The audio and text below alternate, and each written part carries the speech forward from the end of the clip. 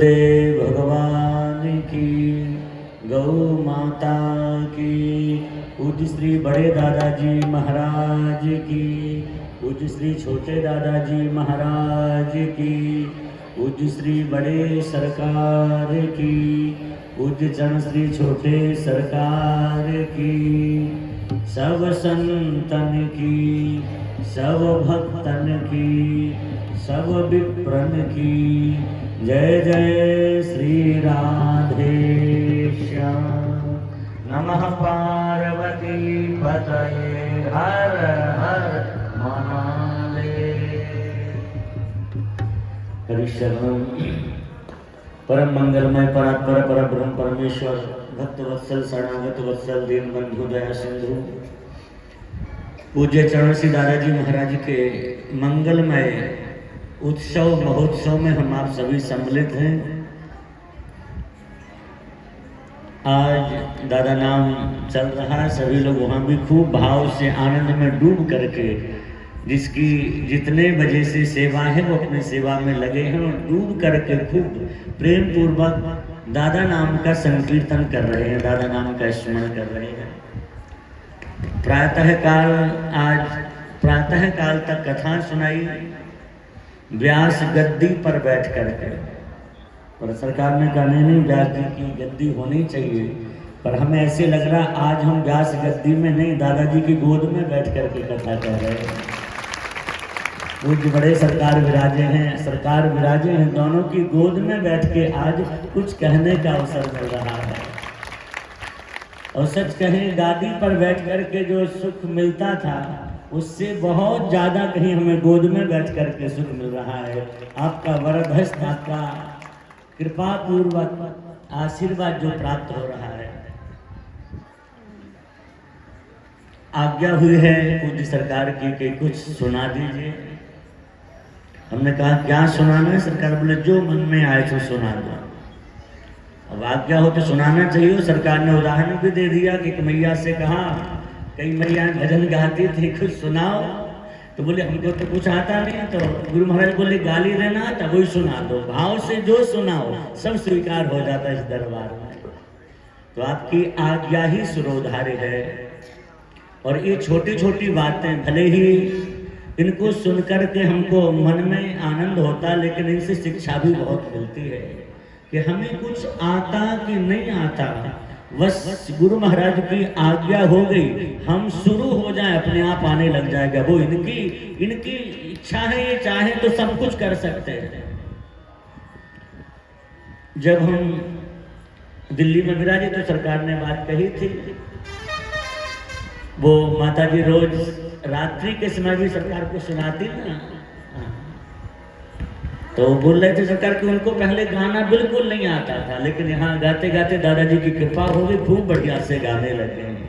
ऐसे आप कितने लोग हैं हम देखते हैं, भले ही गाना आए ना आए पर गाओ, नाचना आए ना आए पर नाचो। यहाँ इनकी प्रसन्नता इसी में है तो कर लेना चाहिए। वो हमारे ब्रज में महाराज जी गोपियां ठाकुर जी की प्रसन्नता के लिए सब कुछ करते हैं।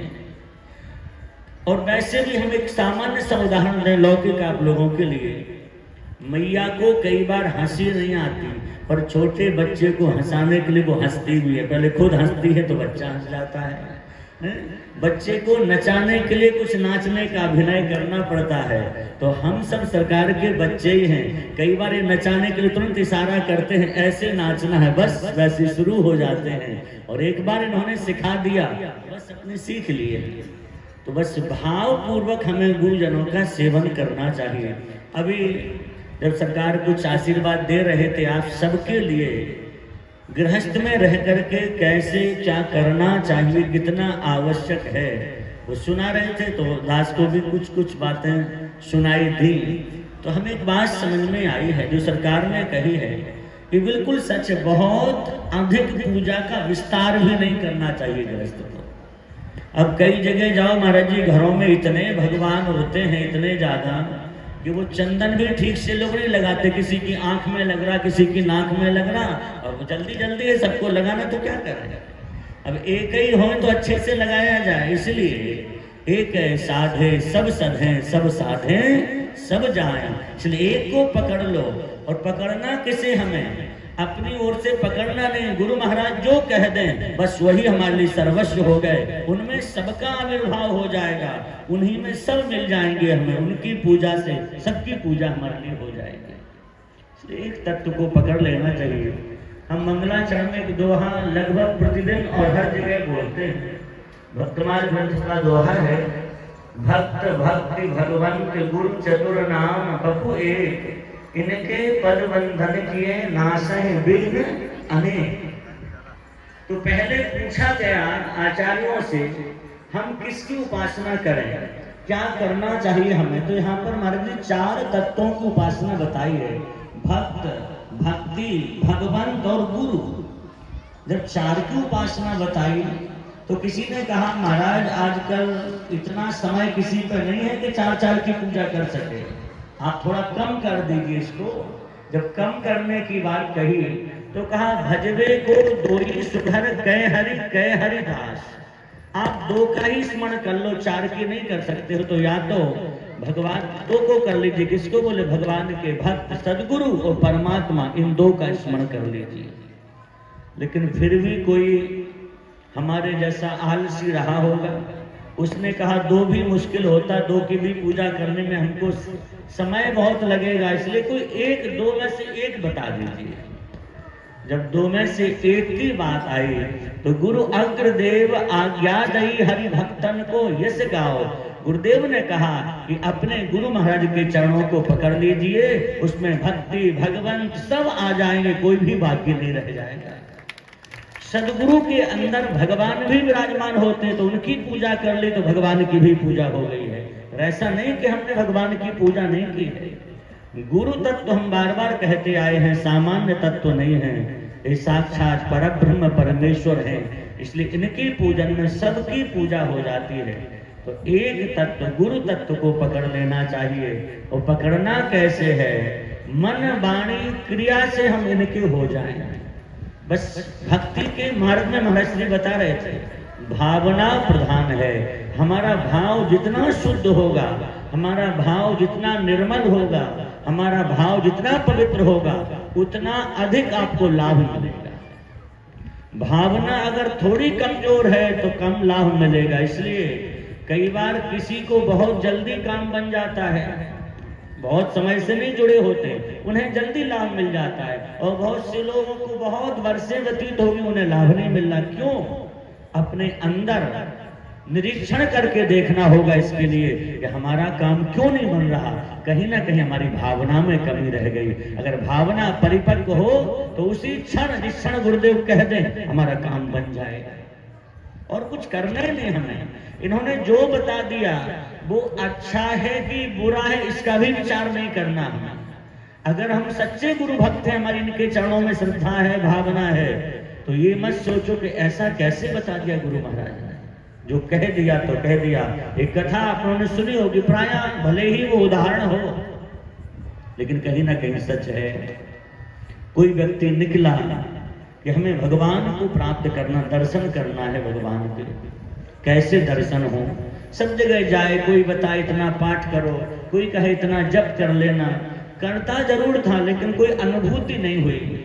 वृंदावन पहुंच गया, सोचा कोई संत से पूछेंगे कि भगवान के दर्शन कैसे हों। संत तो नहीं मिले, कोई एक ठग मिल गया। उसने देखा इसके पास थैला वैला बढ़िया है, कुछ सामान भी होगा। बोले क्या बात है भाई, कैसे घूम रहे? कहा हमें भगवान के दर्शन करना है, कोई अच्छा संत मिल जाए जो भगवान के दर्शन करा दे। बोले हम करा देंगे, हमारे शिष्य बन जाओ। बोला ठीक है, हम तो इसीलिए आए हैं, क्या करना है? दर्शन होगा कैसे? बोले बस यहीं बैठ जाओ। केसी घाट पर यमुना किनारे बिठा दिया। बोले आंख बंद कर लो, और जब तक हम ना कहें आंखें मत खोलना, बस भगवान मिल जाएंगे। उसने आंख बंद करी, वो तो ठग था, थैला वाला उठा के और बस भाग लिया। अभी बैठा बिना अन्न जल के, गुरु महाराज ने कहा है तो जरूर भगवान मिलेंगे। देखो वचन में विश्वास हो गया। ऐसी श्रद्धा, भले ही वो गुरु नहीं थे लेकिन इसकी श्रद्धा हो गई।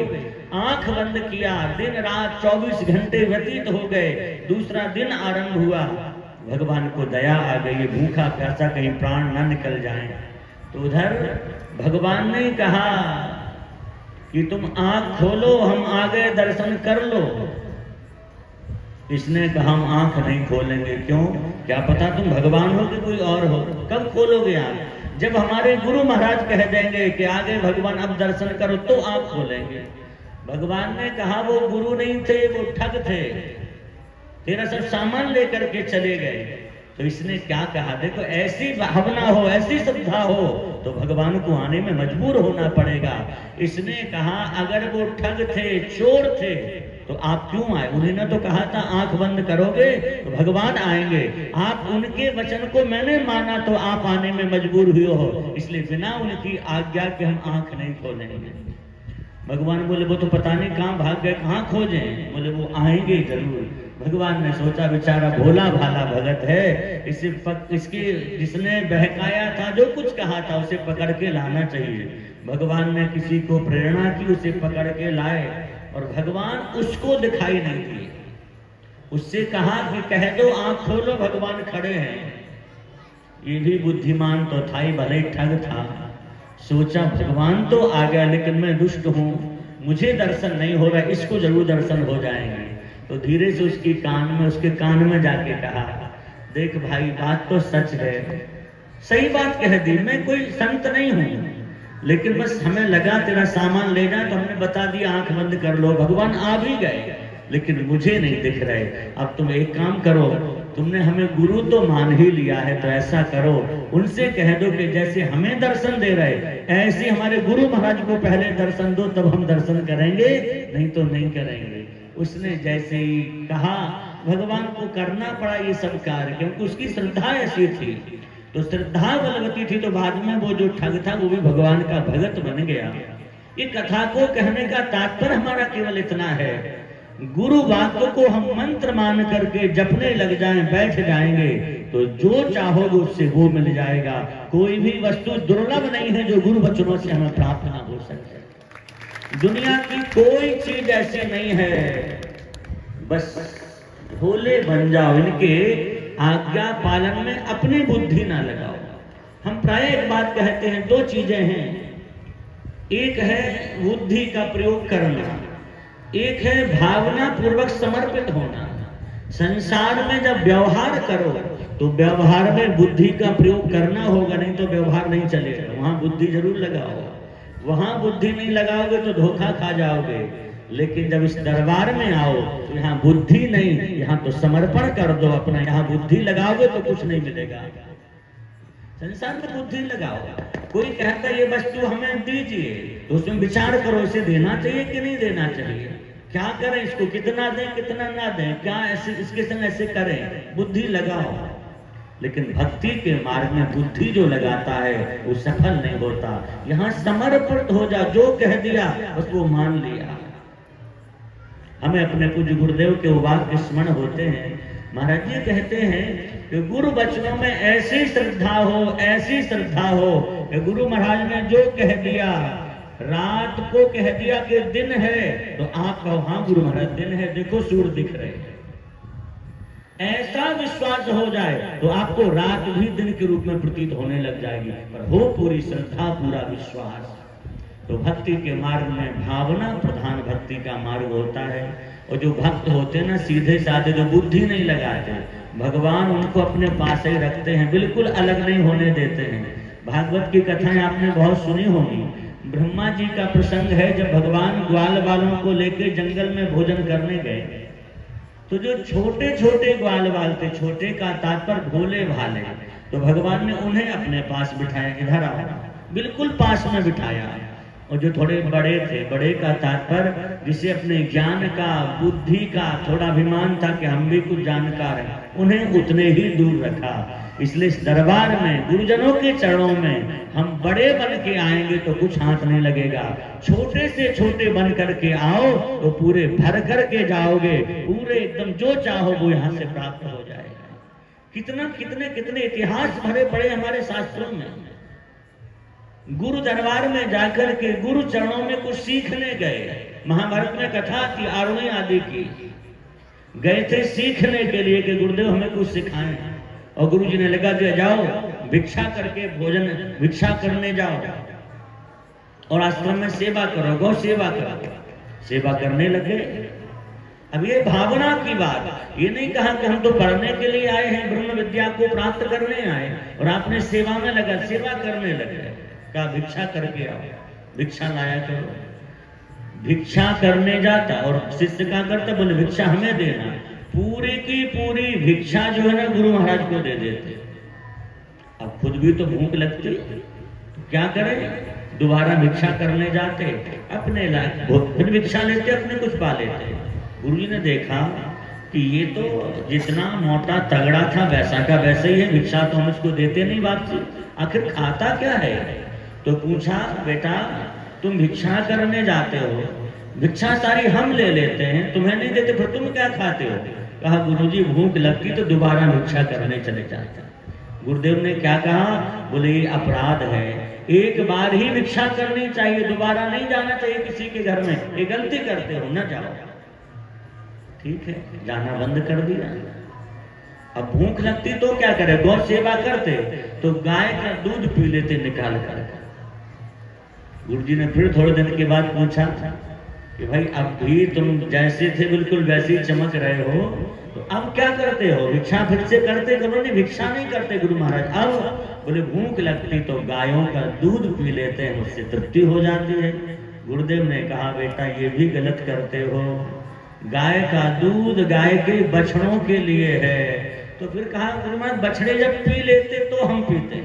बोले फिर भी नहीं पीना चाहिए, वो भी नहीं पीते। जब भूख लगती तो अंत में जब बछड़े दूध पीते तो उनके मुख से जो फैन निकलता था तो उस फैन को ऐसे लेकर के खा लेते थे, जो भी उससे कुछ तृप्ति हो जाती थी। थोड़े दिन बाद गुरुजी ने फिर पूछा तो कहा, गुरुदेव अब बछड़ों के मुख से जो दूध पीते पीते थोड़ा फैन आता है ना, उसको लेकर के अपना उधर पोषण कर लेते, तृप्ति हो जाती है।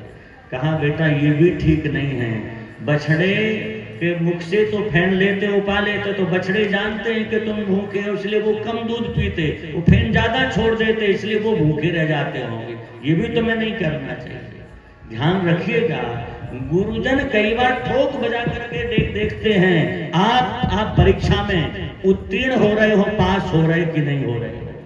कई बार ये डांटे फटकारे, कई बार ऐसा व्यवहार कर दें तो समझ लेना कि हमारा ये परीक्षा ले रहे हैं, हमारे ठोक बजा के देख रहे हैं। अगर हम वहां फेल हो गए तो फिर इनके सामने जाने लायक नहीं रहे। इसलिए हर समय ध्यान रखना चाहिए हम इनकी परीक्षा में खरे उतरते।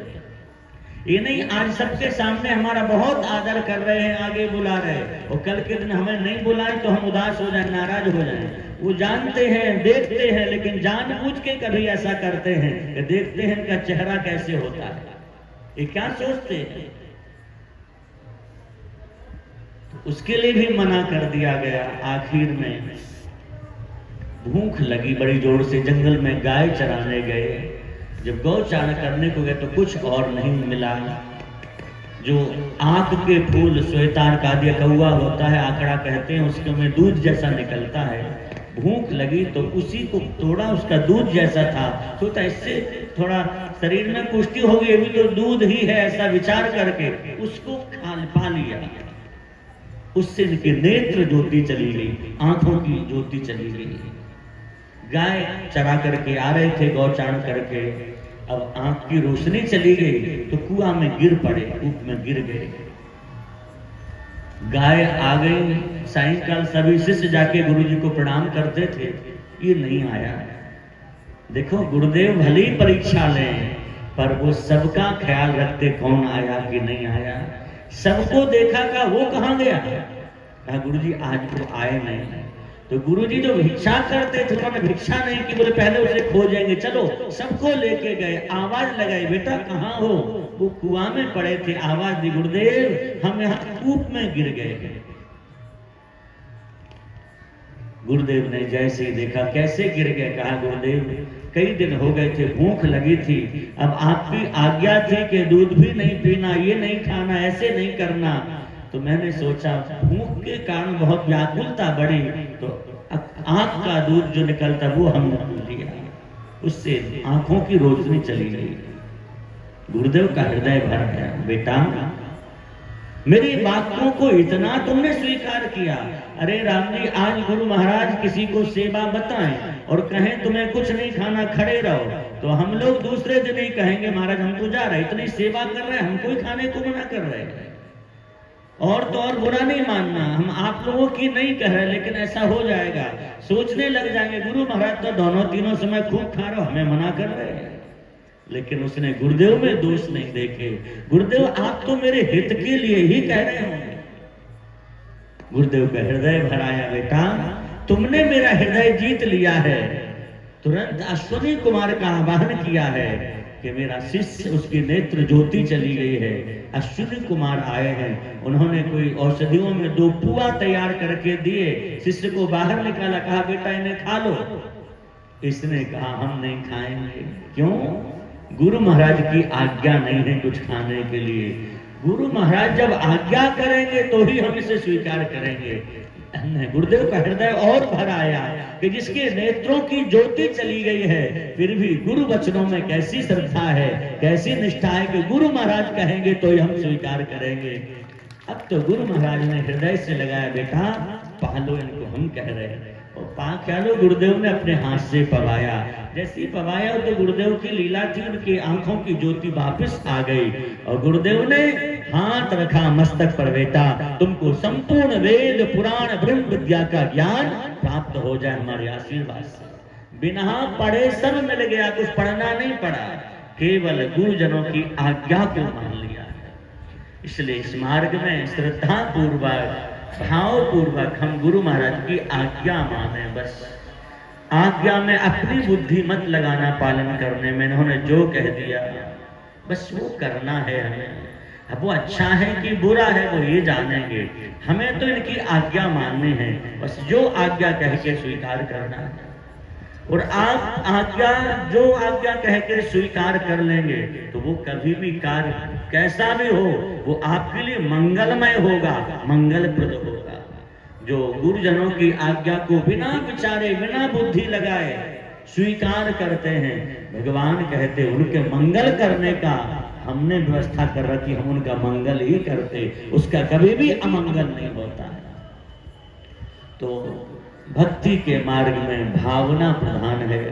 हम भावना हृदय से जुड़ करके रखें। और कुछ हमें पूजा नहीं आती, पाठ नहीं आता, जप तप नहीं आता है, वो बिल्कुल सही है। भगवत पाद शंकराचार्य जी को भी देख लें, कई स्तोत्रों में उन्होंने भी यही तो कहा है, ना हम पूजा जानते, ना पाठ जानते, ना स्तुति जानते, ना मंत्र जानते हैं। अरे भाई ये सब हम नहीं जानते, लेकिन इतना तो जानते हैं हम आपके हैं। अब हम जो भी कर रहे हैं वो आप उसे स्वीकार कर लीजिए। भावना पूर्वक जो देंगे आप, भगवान उसे स्वीकार करेंगे। भगवान गीता में यही तो कह रहे, पत्रम पुष्पम फलम तोयम यो में भक्त्या प्रयक्षते। फूल दो, पत्ता दो, जल दो, जो भी कुछ दो, अगर भावना से दोगे तो भगवान उसे स्वीकार कर लेते हैं। कितनी बड़ी महिमा भावना की है। एक छोटी सी बात कह करके हम विराम कर देंगे। कई बार आप लोगों ने सुनी भी होगी कथा, लेकिन भावना वाली बात है तो हम सुना दे रहे हैं। भगवान का निमंत्रण दुर्योधन ने हस्तिनापुर में किया, 56 भोग बनवाए भगवान को पाने के लिए, लेकिन भगवान ने 56 भोग नहीं पाए। विदुर जो जंगल में रहते हैं, जिनके पास रहने को घर नहीं है, एक घास की कुटिया बना करके रह रहे, अन्न नहीं होता जिनके पास, कंदमूल फल खोद के लाते खा लेते हैं। आज भगवान ने दुर्योधन के 56 भोग का तिरस्कार करके कहा कि हम तो विदुर के घर भोजन करेंगे, हमारा निमंत्रण है। आपके अंदर भावना तो हो। महाराज, गुरु महाराज ये नहीं देखते आप छोटे हो कि बड़े हो, अगर भावना है तो आपकी कुटिया में पहुंच जाएंगे। भले बिठाने के लिए कुर्सी ना हो, आप नीचे गाय के गोबर से लीप देंगे, वहां बैठ करके प्रसन्न हो जाएंगे और आपको आशीर्वाद प्रदान करेंगे। मूल में है भावना होनी चाहिए। और आप में से बहुत लोग यहाँ होंगे, गांव क्षेत्र के लोग होंगे, आपके घर में गुरु महाराज गए, आपके घर के नहीं गए? बिल्कुल गए होंगे। छोटे छोटे घरों में गए। कई लोग हमको बताए कि महाराज, गुरु महाराज ऐसे हमारे घर में आए कि एक ही कमरा होता था, अब हम सब लोग रहते, लेकिन गुरु महाराज जो वहीं जाकर के रुक गए, हम लोग ऐसे नीचे सो जाते, गुरु महाराज को वहां सुला देते। आपकी भावना का आदर करने के लिए गुरु महाराज आ जाते हैं।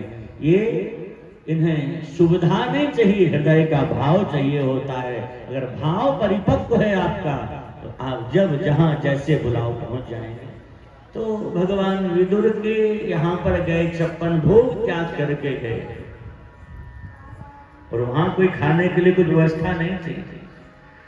भगवान से जबकि दुर्योधन ने कहा भी कि आप कैसे जा रहे, आप सीधे द्वारिका से हमारे पास आ गए, आपको विदुर जी कब मिले जो निमंत्रण दे दिया कि हमारे यहाँ भोजन करना। लेकिन भगवान तो भक्त की भावना समझते ना। भगवान ने सोचा इससे कहेंगे कि विदुर जी मन में इच्छा कर रहे हैं कि कभी हमारी कुटिया पर पधारे, और हम कहेंगे उनके मन की भावना को पूर्ण करने को जा रहे। तो ये क्या समझे, देखो जिसके हृदय में भाव ना हो उसके सामने भाव की चर्चा भी नहीं करनी चाहिए, वो समझेगा नहीं भावना को। हर कोई भाव को नहीं समझ पाता है, वो अपनी बुद्धि लगाता है। तो भगवान ने सोचा जो जैसा उसे वैसे ही समझाओ। भगवान ने कहा कि आज का निमंत्रण नहीं है, बहुत पुराना उधार पड़ा है निमंत्रण। बहुत पहले विदुर जी मिले थे तो उन्होंने कहा था जब कभी आप आए तो पहले दिन भोजन हमारी कुटिया पर करना। ये बात विदुर जी ने सुन ली थी। तो कहते विदुर जी गए जंगल से कंद मूल फल लेने को, विदुरानी से बोल गए देखो हो सकता कन्हैया आ जाए, कोई भरोसा नहीं उनका। और विदुर जी जंगल से कंद मूल फल लेके नहीं आ पाए, इतने में तो भगवान पहुंच गए। और विदुर जी, विदुरानी थी, उन्हें कुटिया में बैठने के लिए कोई स्थान नहीं था, ऐसे जहां गाय के गोबर से लीप रखा था नीचे ही बिठा दिया और ठाकुर जी बैठ गए। बैठते ही क्या किया, जो 56 भोग को देख करके कह रहे कि हमको भूख नहीं है, अभी विदुर की कुटिया पर बैठते पेट पर हाथ फेरवे लगे। बोले काकी बातें तो बाद में है जाएंगी, बड़े जोरन की भूख लग रही है, कछु खाएबे को हूं तो पहले बोल। विदुरानी बोली कन्हैया तेरे काका गए हैं कछु लेवे के ताई, लेकर के आएंगे कुछ फल तो आपको हम पवाएंगे। भगवान बोले काकी पतो नाए काका कब तलक आवेंगे, और जब तक काका आवेंगे तब तक तो भूख के मारे मेरे प्राण ही निकस जाएंगे, यानी जो कछु घर में हो सो लाओ। विदुरानी बोली कुछ नहीं है, हाँ कुछ केले के वृक्ष लगे हैं जिनको मैंने खुद लगाया, रोज सींचती हूँ, उसमें कुछ कदली फल लगे हैं, पक गए हैं, मैं लेके आती हूँ। और वर्णन है विदुरानी उस केले के फलों को खुद हाथ से लाई है, धो करके छीला है उनको, और छील के जैसे श्री कृष्ण के निकट बैठे हैं। जो सुंदर महाराज क्या कहने, चौकी लगाई जाती, स्वर्ण के पात्र होते भगवान के लिए तब पाते। आज बर्तन भी नहीं है विदुरानी के पास में, ऐसी टोकरी में केला रख के लाई है, हाथ से छीला है, एक हाथ में छिलका एक में छिला हुआ केला ले लिया और कहा कन्हैया आज मेरी एक इच्छा है रही है। कहा कन्हैया तू अगर आज्ञा दे तो मैं अपने हाथ से पवाऊं, क्योंकि मेरे पास कोई बर्तन तो है नहीं उसमें रख दूं, इसलिए अपने हाथ से पवाना चाहते हैं। ठाकुर जी इतने भाव में भर गए, कहा काकी जब कोई हमें अपने हाथ से पवाए ना तो मोए अपनी यशोदा मैया की याद आ जाए, यालिए तू हाथ से ही पवा हमें।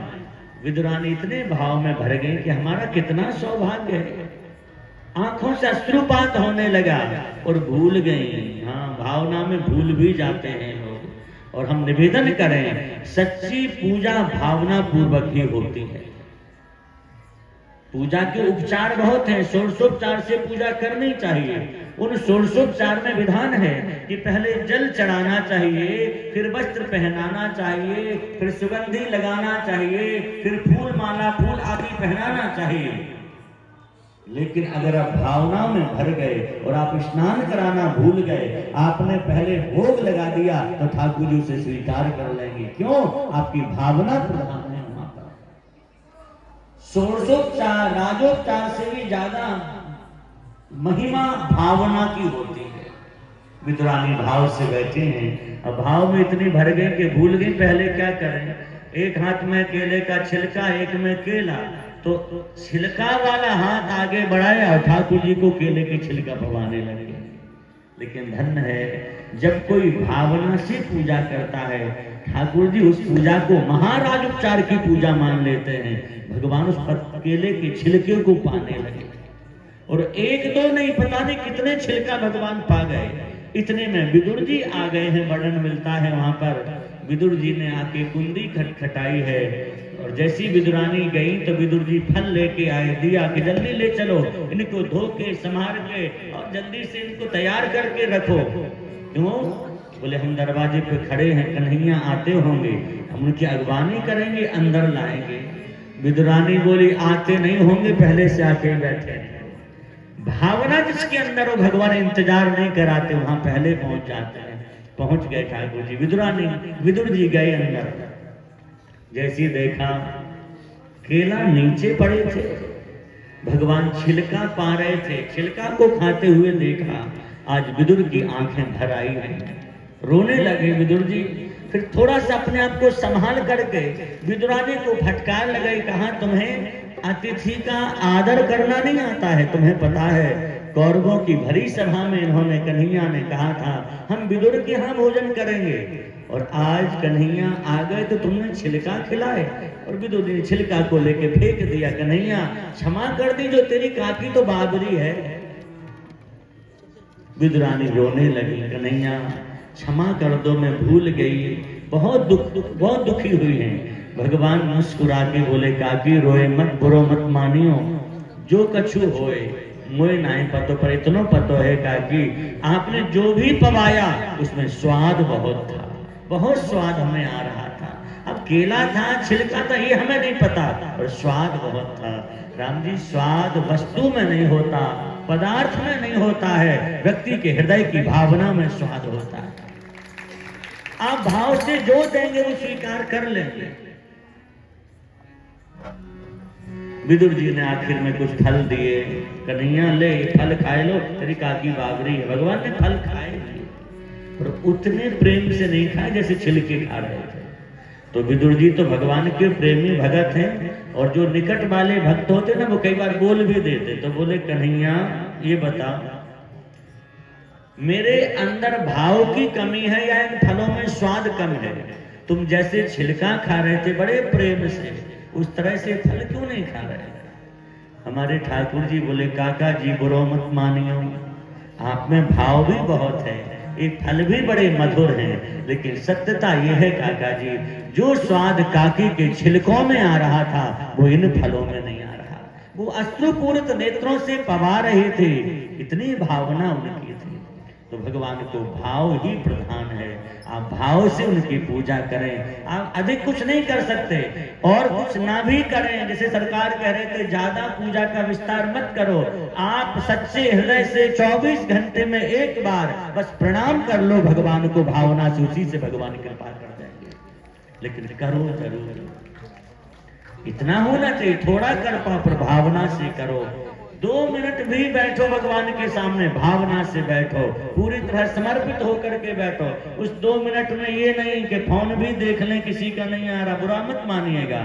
आज माला बहुत लंबी करते लेकिन साथ में टेलीफोन बार बार देखते हैं, किसी का आ तो नहीं रहा कॉल, और मानो आ भी जाए तो माला देखते जल्दी पूरी होए, कई बार जल्दी जल्दी माला खींचते हैं। नारायण, भावना पूर्वक भजन होना चाहिए, भक्ति भावना पूर्वक ही होनी चाहिए। जितना भाव होगा उतनी अधिक हमको उसमें प्रवेश मिलेगा और जल्दी सफलता मिलेगी। तो भक्ति का मार्ग भाव का मार्ग है, और भगवान के लिए कहा गया भावग्राही जनार्दना, भगवान भावग्राही हैं, भाव को स्वीकार कर लेते हैं। तो बस उतना ही करो जितने हमारी भावना परिपक्व पुष्ट बनी रहे। अब घर में इतने ज्यादा काम हैं, उधर भगवान बैठे बिना नहाए, इधर तैयारी करने, उनको वहां जाना, इसमें परेशान होते लोग, सोचते अब क्या करें, पहले ये करें कि पहले ये करें। इसलिए भाई पूजा अर्चना उतनी ही करो जितना आप भावना से कर सकते हो। पूरे हम अक्सर कहते हैं जितनी देर आप पूजा का नियम लो उतनी देर बिल्कुल वहीं रहो पूजा घर में, शरीर से नहीं मन से भी वहीं रहना पड़ेगा आपको। जैसे आप यहाँ विराजते, जितनी देर यहाँ विराजते हैं पूरी तरह आप लोग दादाजी के भावना लेके विराजते कि हम दादाजी की सन्निधि में बैठे हैं, और जो इस भाव से बैठते हैं, कब 3 बज गए, 6 बज गए कि रात के 12 बज गए उन्हें पता नहीं चलता है, क्योंकि भावना पूर्वक जो कार्य किया जाता उसमें न समय का पता लगता है, न काल का कुछ समय नहीं पता लगता कब निकल गया। तो भाव पूर्वक भक्ति करें। जिसने भाव से भगवान को भजा, भगवान उन्हें मिल गए, उन पर कृपा हो गई है। इसलिए खूब प्रेम से हम सभी दादाजी महाराज की आज्ञा, जो यहाँ से आज आपको दादाजी के उत्सव में, आज सरकार तो कोई प्रवचन नहीं करते ज्यादा, आप सबसे ही सुनते हैं, सुनाओ कुछ बस, लेकिन कभी कुछ जो बोलते हैं उन्हें लगता है कि ये बताना आवश्यक है आप लोगों को, तो वो आप लोग मंत्र मान करके नोट कर लेना। जो कहा है इन्होंने वो शास्त्र सम्मत ही बोले, और हम सबको मानो ये मूल मंत्र दिया, अब हमें ऐसा करना है। तो गुरु महाराज के वाक्यों को, एक एक शब्द को हम मंत्र मान करके स्वीकार करके जाएंगे, तो जो चाहोगे इससे वो हमें प्राप्त हो जाएगा। इतना शुभ चिंतक आपका कौन होगा? नहीं तो जो भी होता वो देखता, ये नहीं ये और करो, ऐसा करो, जिसके पास जाओ दुनिया भर की बातें बता देगा। लेकिन ये हमारे अपने हैं, घर जैसे हैं, अपने आपको अपना मानते हैं, इसलिए तो कह रहे भाई आपको बहुत कार्य होते ये कर लो, और अपने तो गुरु महाराज की आज्ञा हो गई तो ये कह दें ये कर लो, तो हमें अब वही करना है बस। कुछ भी त्यागने का दोष नहीं लगता, क्योंकि गुरु महाराज कोई गलत रास्ते पर तो ले नहीं जा रहे हैं, हमें सही मार्ग पर, भावना और भक्ति के मार्ग पर लेकर के जा रहे हैं। और अपने गुरु महाराज की बात गुरु महाराज जी बताते हैं कि गुरु महाराज हमारे ऐसा कहते थे।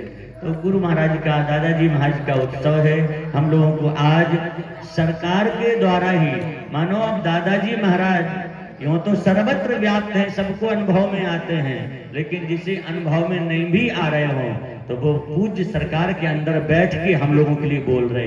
बड़े दादाजी महाराज जी हम सब के लिए बोलते हैं, क्योंकि हम सबको बड़े दादाजी के रूप में ही आप प्राप्त हैं। इसमें जरा भी कहीं किंतु परंतु करने का विचार ही नहीं करना, क्योंकि हमारे पूज्य गुरुदेव अक्सर कहते हैं वो सामान्य महापुरुष नहीं है, इनको समझ पाना बहुत मुश्किल है।